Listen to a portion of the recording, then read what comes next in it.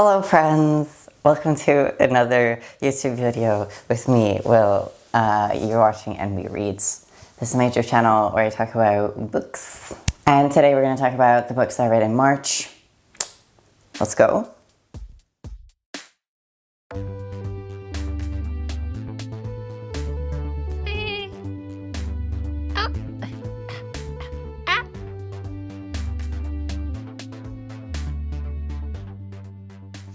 So I'm really trying to get these monthly wrap-ups on time, but I'm still catching up. You might get sick of me hearing it, but I'm so busy running a freaking bookstore. It takes up so much time.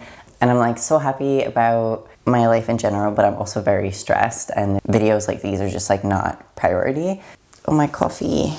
And I still have so many vlog ideas that I want to do that I'm genuinely so excited for. My slut vlog, still haven't finished that. I want to do another vampire vlog because I have another vampire arc coming up that I really want to read, and I want to do another one of those, but maybe vampires but trans. That would be so good. Yeah, just a lot of ideas of stuff and things. And I also maybe you want to see the bookstore that I'm spending my time on, or have questions about that, you know, maybe it'd be fun to do a video about that. So yeah, reading in general, I'm really trying to read so that I can actually recommend books, but I'm super excited to be filming. I missed filming and doing all these things so much, so I'm very excited today. So the first book I read in March, can you even see it? So white. This is Daylight by Roya Marsh. This is a poetry collection that's basically about Roya Marsh's experience being a black butch dyke and growing up, not seeing representation, not seeing yourself, things like that. And it chronicles her story of familial abuse, partner abuse, and sexual abuse. And there's a lot of trigger warnings in this in general. In the beginning, I really struggled with getting into it, feeling Roya's voice in it and connecting to it. But I think as I was reading it, it all clicked for me, and I got into it a lot more as I was reading. And I don't know if this is most of my poetry experience, but I do think it takes me a minute to understand the author's voice and really feel it, what the author is saying. And that was definitely my experience with this one. So the first couple pages, I was oh, I don't know about this. But I love that she had a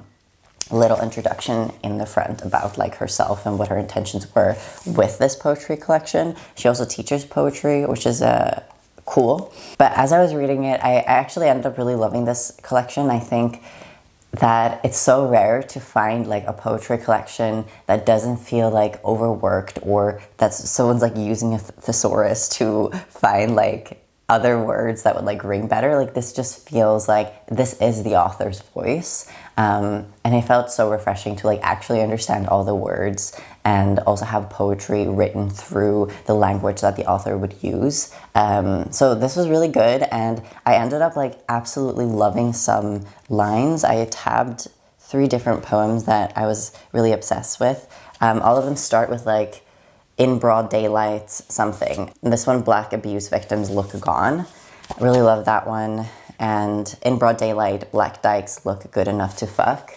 I love that one. And in broad daylight, suicidal black girls look guilty.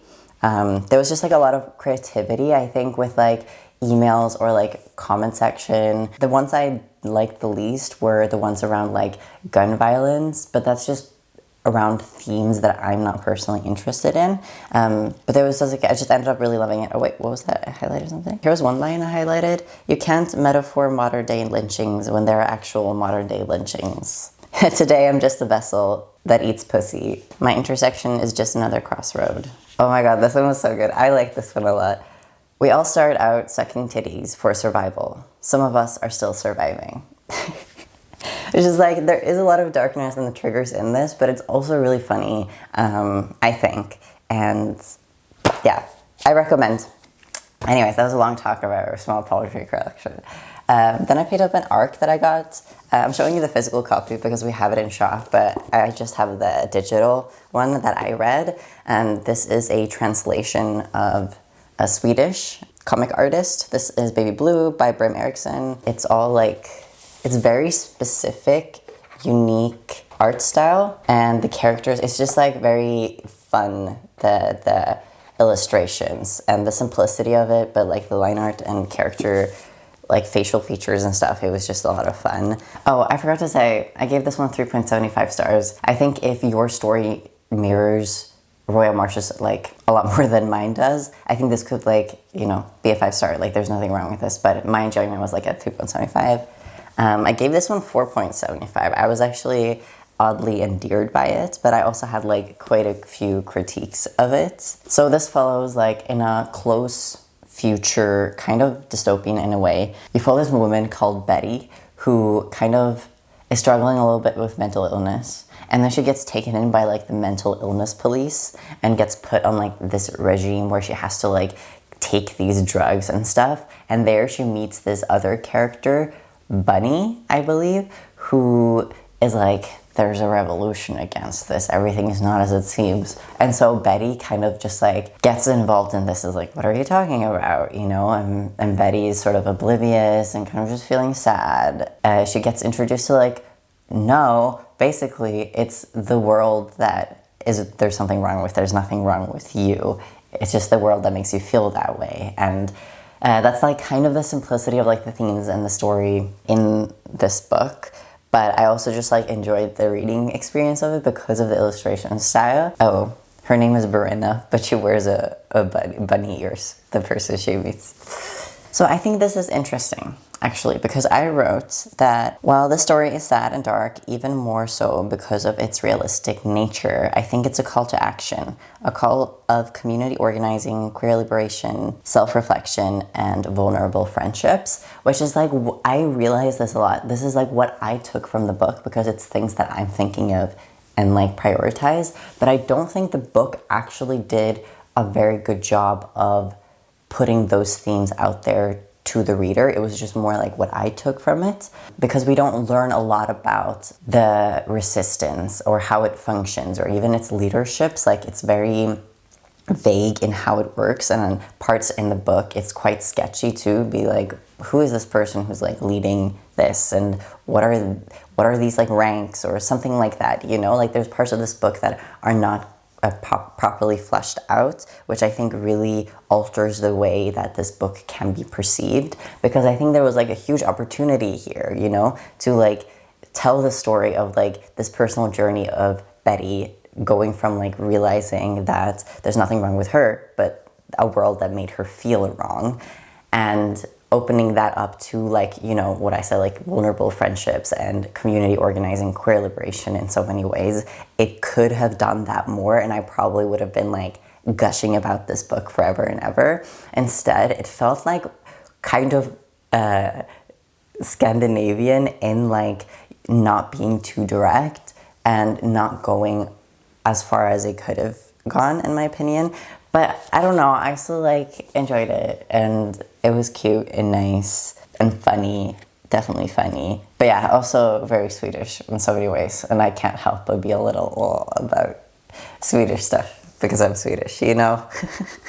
Extra critical. Oh, it was also just really fun to see like Stockholm and places I knew and names I knew and stuff in a graphic novel. So next I listened to an audio arc that I got of Liquid by Mariam Rahmani. And I've seen like a lot of hype about this book.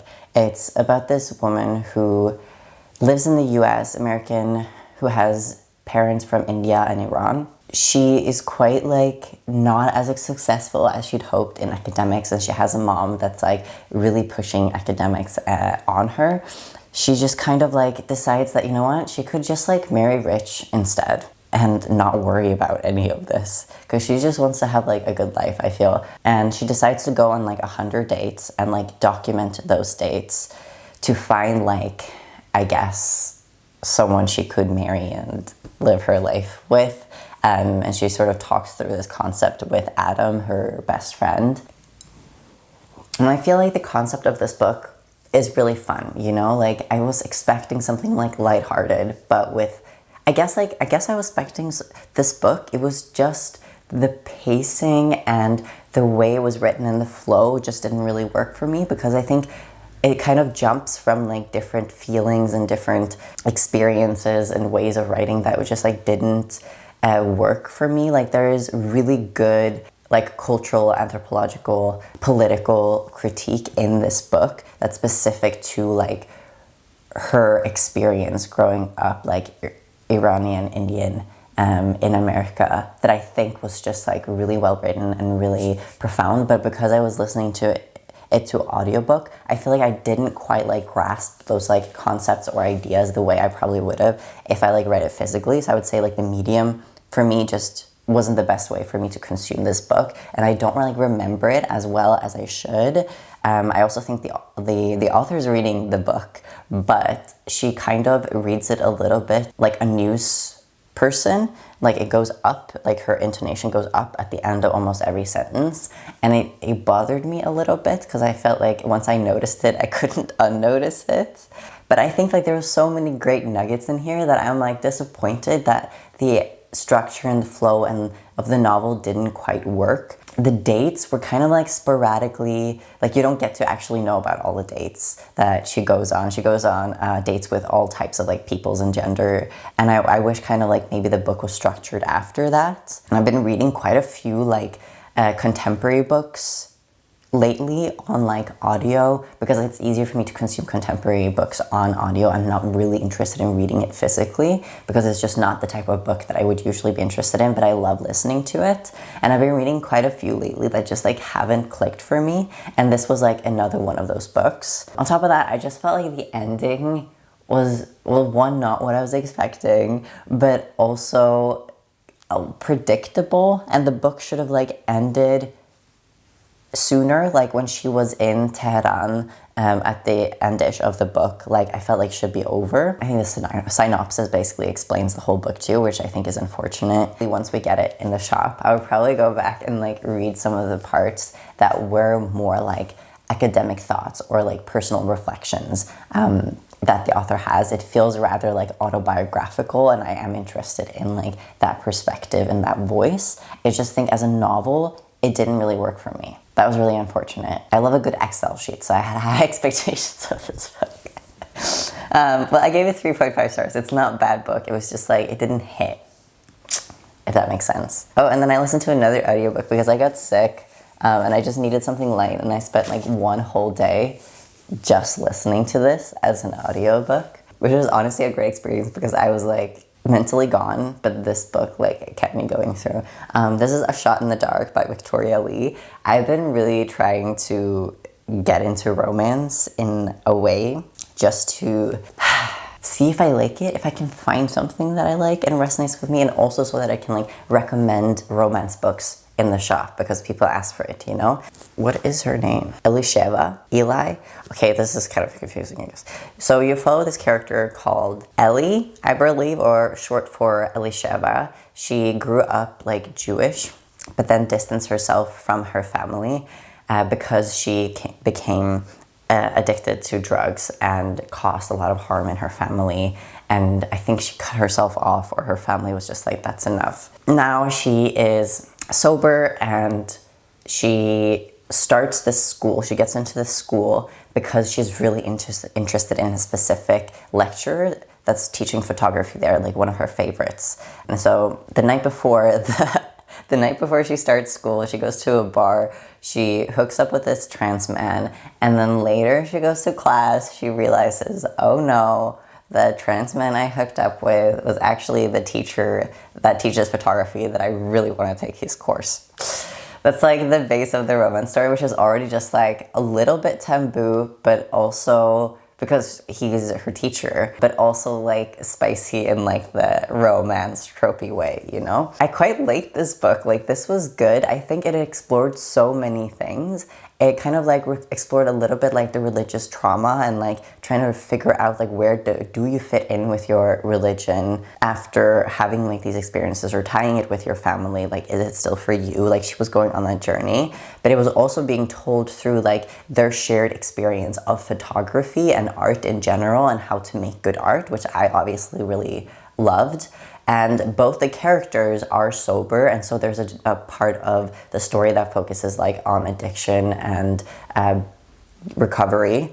And I think I was really worried, honestly, I'm gonna say this, I was really worried throughout the book that they would trigger each other and that they would relapse. But it wasn't really a huge element of this book, which I'm really glad with. Like, the characters were able to like support each other without being overbearing. Yeah, it was just like, it was really good. And both the voice actors, you get to follow that perspective both from, they're both called Eli, but like Ellie and Eli in the audiobook. And the guy's voice is narrated by a trans man, which I love, and also just like makes the audiobook feel so much greater. And both the voice actors were really good. And just the way that it wasn't like all about the romance, but also like both of their personal journeys with the complexities of like all these different things they're struggling with in life. Like, I just think it was really well done. And I'm really glad I read a romance that was like this, because this is the type of romance I can get behind, where it's not just the lovey-dovey stuff. So it felt both like a lot of heavy topics, but also really light and fun reading and excitement.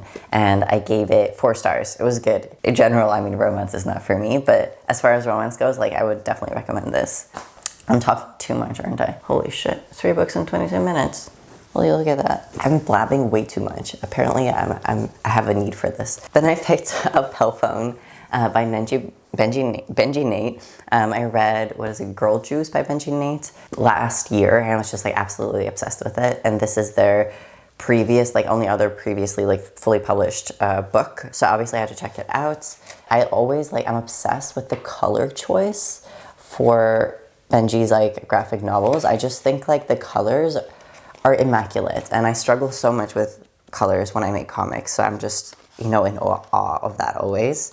You can definitely tell like that Benji has like evolved as an illustrator and artist. But yeah, I really want to pick this up. It's about these 2 girls, like, that one of them is like really messy and the other one's like trying to get the messy one like out of her depression a little bit. She finds this phone that basically calls her and is like sort of the devil, and like guides her to like do these things or meet me here. They end up like trying to solve the mystery of like, what is this phone and who are these people who's calling, like, and the phone will just like not disappear. If they throw it away, it comes back. So there's like a supernatural element of this. I really enjoyed this. I think it's a great graphic novel, but my biggest problem with it is that this is book 1.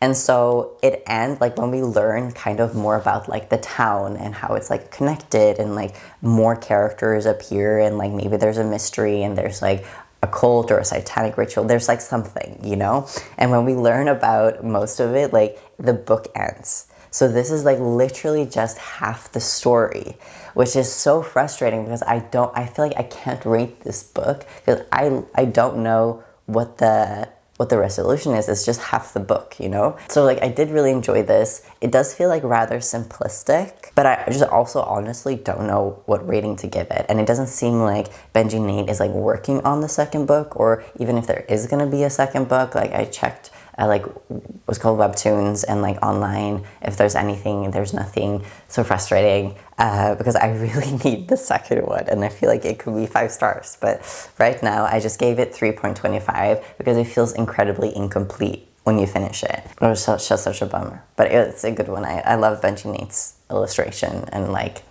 I guess also concepts. Then very exciting, I've been reading a lot of like new books lately, so I was very excited that I finally picked up a backlisted book that I've had on my TBR, physical TBR at home for such a long time. This is Rewrite Upon Sticks by Quan Berry. Just, you know, I've heard a lot about this one. I feel like Books and Lala brought it into the public. Probably the reason why I got it, but then it's just been on my TBR. And I decided to read it because I wanted to know if it was queer or not, because I feel like there's a bit like, I've heard mixed things. Yeah, so this is written from a wee voice, and you follow all these girls who are part of a field hockey team in the 80s, and they basically find this book of a field hockey star, and they start using the book to like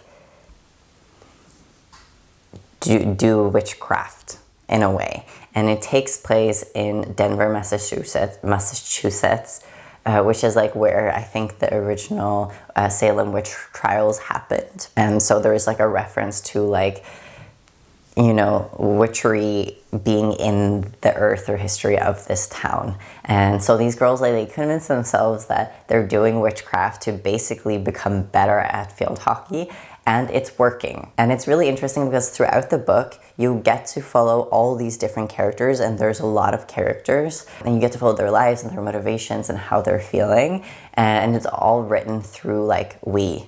So there's no like singular person narrating this story. I really enjoyed this. I thought this was a lot of fun. It is really long and the text is absolutely tiny, especially now I'm reading a lot of short books. I mean, it's only 366 pages, but I think I was reading this for like 2-3 weeks, honestly. It's super, super detailed and the plot is very, very slow. We know it's building up to like this tournament. But it's so detailed because you follow all these characters and there's so many descriptions about like in the 80s how it is, and like it felt very, I was gonna say nostalgic, but like I was not alive in the 80s, you know, but the author spent so much time and energy creating this like time era and the environment and the dynamics between the people and their families. It was just like really, really well executed. And on top of that, like it's quite funny. Like there's this one character called Jen, I believe, who has this hair that's like very 80s style, and I'm not really sure how to picture it, but they refer to it like as the claw throughout the book, and sometimes the claw is like speaking in the book, and it's like it just gets wilder and wilder, you know? You feel like how the characters spiral, like you're in the story with the characters.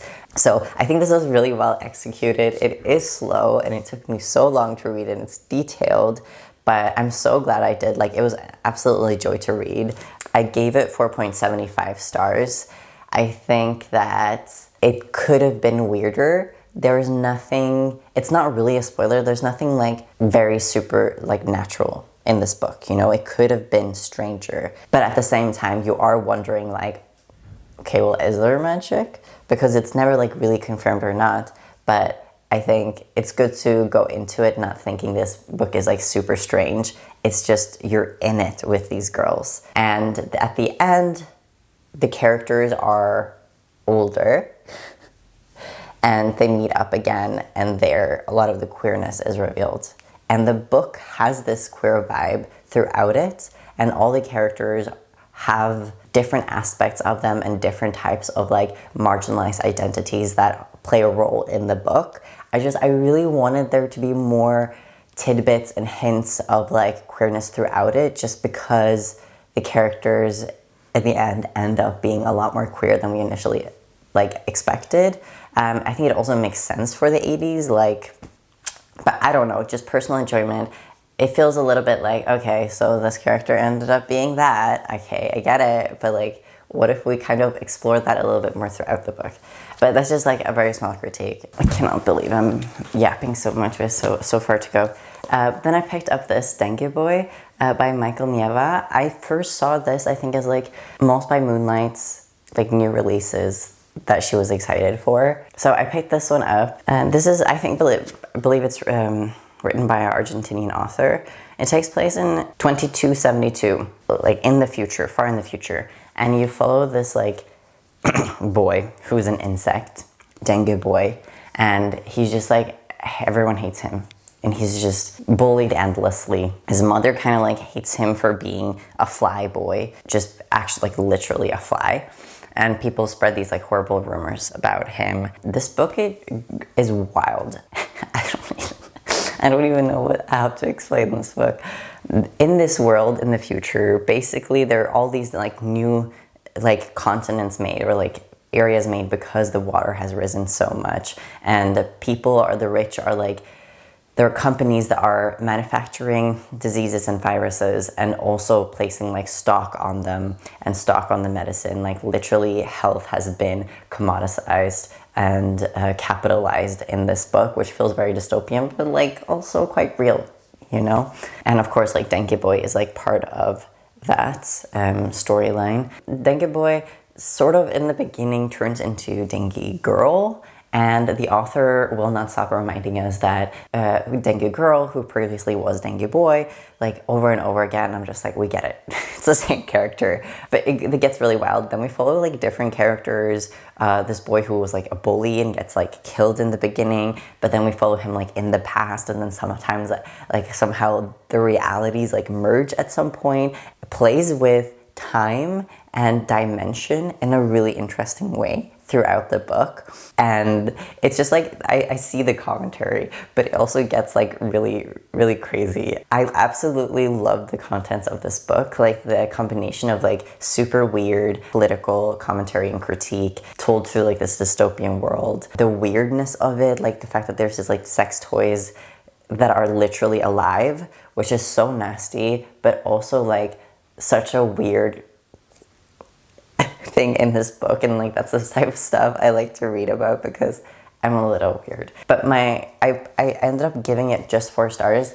The contents of this book was a 5-star for me. Like the story, the things we got to explore, like everything was a 5-star, but the writing was just really bothering me. And I had a conversation with someone recently that said that the book that's translated feels like more simplistic. It is because it's badly translated and not because the language and the writing is bad to start off with. I just feel like it was so simple, and sometimes it would go into these like more advanced thinking and concepts, but it would tell everything else with like this very simplistic language that just felt very blah and bland and not fitting for this book. It feels a little bit childlike in a way, and I just like don't like reading books that are written that way. And that's just like basically my only critique with this book. If you want a super weird read, here you go. It's not really queer, except that, you know, Dengue Boy turns into a Dengue Girl. I highly recommend if you're up for it. It gets nasty sometimes. There's a lot of like weird nasty elements of it too. And then I listened to this as an audiobook. Stop me if you heard this one by Kristen Arnett. Another like contemporary book that I thought was a romance that I listened to as an audiobook just to like keep my ears occupied when I'm out and about and doing stuff. I thought this concept of this sounded really fun, which is why I picked it up. It's about this like woman who works as a clown, and she's apparently really good at it. And she sort of falls in love with this magician. And I thought, and it says on the back, that they were gonna create this like act together. This like magician and the clown. But really what it is like our main character, the clown, just kind of like struggling with like finding relationships with her relationship to her mother and struggling to like make a living as a clown. And it's just very boring, to be honest. Like the story doesn't go anywhere. The ending is not, they don't make an act together. It doesn't happen that way. It just kind of like peters out throughout the book. The book is like riddled with like clown puns and jokes and stuff, and some people said it was annoying. Didn't really bother me. I felt very neutral about it. I just felt like the book could have been funnier. I think the audio narrator didn't really like fit the voice in here, to be honest. My favorite and like the biggest like redeeming quality to me in this book is that she's a lesbian and her mother is a lesbian, and they're like the same person. And I think like those two characters side by side was done in a way where they literally felt like they could be like mother and daughter because they were so similar but also different. And I just love that they were like both gay. She was kind of having a little bit of a struggle with her mom. I don't know what the themes were in general. There was a scene where she went to like a festival and she was working as a clown, and then a group of like protesters who show up like basically think that the clown is like making their children gay, or like the carnival is making their children gay, and they start to protest and it gets a little physical. And it felt like one of those scenes that was just sort of like put in to make the book feel like more political than it actually was. It didn't feel very authentic to the story, but it just felt like, oh yeah, and also like queer people are marginalized in some way. And that was that. I gave it 2.25 stars. I'm not a huge fan. My battery's blinking. I then read The Tiger Flew by Larissa Rai for like the book club pick that we read at the pond. Oh, not the battery. I don't even know how to explain this book. It's about these group of women who've been exiled from this city because of a genetic virus, or like a virus, tiger flu virus, that only affects men. and they've kind of created this society where they're all clones, and some of them can produce organs that the others use when like they become ill and stuff. It's a very complicated book. And I read online, a lot of it was supposed to be like a commentary on like the interpersonal relationship between people who are disabled and like being able to support each other and be community with each other when it came to like this group of women. I didn't quite get that through the story, and I wish the author would have pushed like that type of thinking and stuff more through the story. I'm so stressed about the battery. I'm sorry, I'm rambling. And so you follow these two characters who kind of go on a quest to find their place in this really fucked up world. The world is just so large and unknowable that the author should have just like simplified the story so much so that we can actually understand it. I think the author wrote this book over like, yeah, a decade. And I think it was overworked because there were so many things that was just so random and didn't feel authentic or understandable in a way that actually benefited the book because the world is so large and so many details. And the two main characters, they were kind of just like being affected by the plot. They didn't feel like they had autonomy. I gave it 2.5 stars. I think there's so much potential. And the ending I actually really liked. And it gets really weird, and there's a lot of weird elements of this, but I just wanted it to be more concise, to be more focused, to feel like the characters are actually like likable in some ways, or I understood their actions. Instead, it was just like you were pulled on this journey, and sometimes plots would happen with just like one-liners and you just be like, wait, I missed that.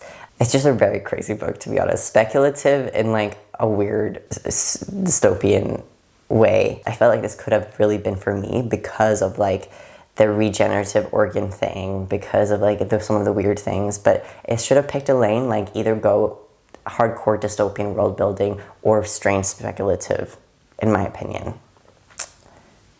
Yeah, so those are the books that I read last month. And sorry about the rambling at the end.